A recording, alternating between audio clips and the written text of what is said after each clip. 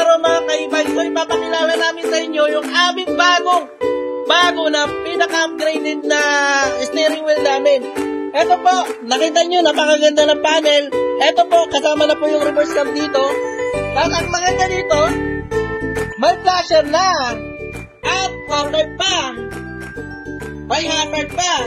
Tingnan po, ang lalaki po ng mga compartment. So, ito po.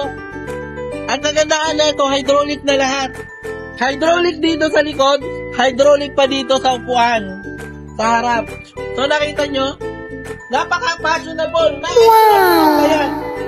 Ito, meron pa tayo iba-ibang kulay. Meron kulay purple, blue, at saka red. Meron black. For only 72,000, dito lang po yan sa JD Super E-Bike. At kung gusto nyo po magpalagay ng solar, pwede po magpalagay ng solar.